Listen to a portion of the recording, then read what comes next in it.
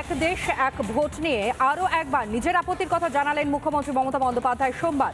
এক দেশ এক ভোট সংক্রান্ত উচ্চ পর্যায়ের কমিটির সচিব নিতেন চন্দ্রকে একটি চিঠি দিয়েছেন মমতা বন্দ্যোপাধ্যায়। তবে সেই চিঠিতে মুখ্যমন্ত্রী হিসেবে নয়, তৃণমূলের সুপ্রিমো হিসেবে নিজের 6 দফা আপত্তির কথা জানিয়েছেন তিনি, অর্থাৎ মমতা বন্দ্যোপাধ্যায় তিনি আপত্তি জানিয়েছেন এক দেশ এক ভোট নিয়ে।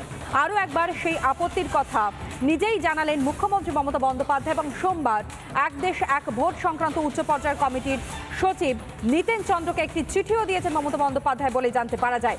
শুনুন মমতা বন্দ্যোপাধ্যায়ের বক্তব্য। আমাদের ভারতবর্ষে ফেডারেল স্ট্রাকচার, বিভিন্ন জাতি বিভিন্ন ভাষা, বৈচিত্র্যের মধ্যে ঐক্য, আমাদের সর্বধর্ম। এক একটা স্টেটে এক একটা রিজিওনাল প্রবলেম আছে, এক একটা টাইমে এক একটা স্টেটে ইলেকশন হয়। কেউ স্টেবল গভর্নমেন্ট পায়, কেউ পায় না, কোথাও মেজরিটি হয়, কোথাও মাইনরিটি হয়। অনেক সময় গভর্নমেন্ট হলেও আবার কিনে নেওয়া হচ্ছে। এই যে প্রবলেমগুলো আছে, একসাথে ইলেকশন করলে আমার কি, আমাদের তো ভালো একবার খাটতে হবে, কিন্তু প্রবলেমটা কি জানেন? যদি কোনো স্টেট মেজরিটি না পায় সেক্ষেত্রে কি হবে? তাহলে কি আমরা প্রেসিডেন্সিয়াল ফর্ম অফ গভর্নমেন্টের দিকে চলে যাচ্ছি? One state one election, one nation one election মানে হচ্ছে ultimately presidential form of election,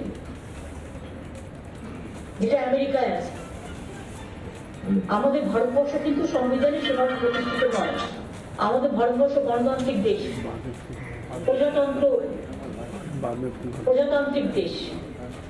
সুতরাং আমাদের এখানে যে স্টেট আছে, এক একটা সময় এক একটা স্টেটের ইলেকশন হয়, কেউ স্টেবিলিটি পায়, কেউ স্টেবিলিটি না পায়। এমনকি ভারত সরকার যদি স্টেবিলিটি না দেয় তখন কি হবে? ভারত সরকার পড়ে গেল, সঙ্গে সঙ্গে স্টেটগুলো পড়ে যাবে। ইলেক্টেড গভর্নমেন্টগুলো যে 5 বছরের জন্য ইলেক্টেড হয়েছে, এখানে ভালো করে চিন্তা করে আমি মেজরিটিতে আছি বলে আমি যা ইচ্ছা করবো, this is not fair.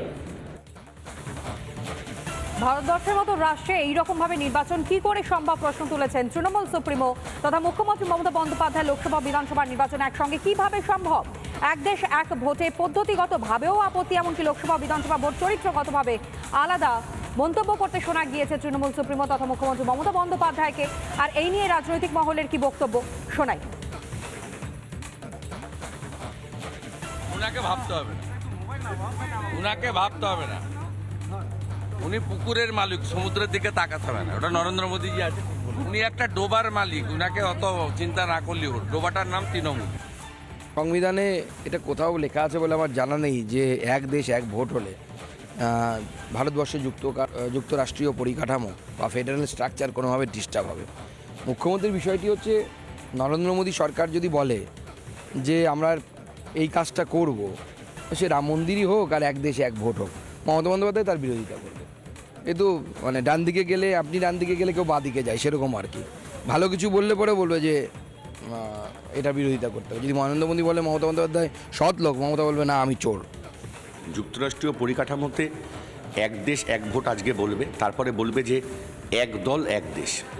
Narendra মোদীর আমলে গণতন্ত্র সবচেয়ে বেশি ধ্বংস হয়েছে, বহুত্ববাদ ধ্বংস হয়েছে, রাষ্ট্রীয় পরিকাঠামো ধ্বংস হয়েছে, শুধু ধর্মের নামে রাজনীতি চলছে।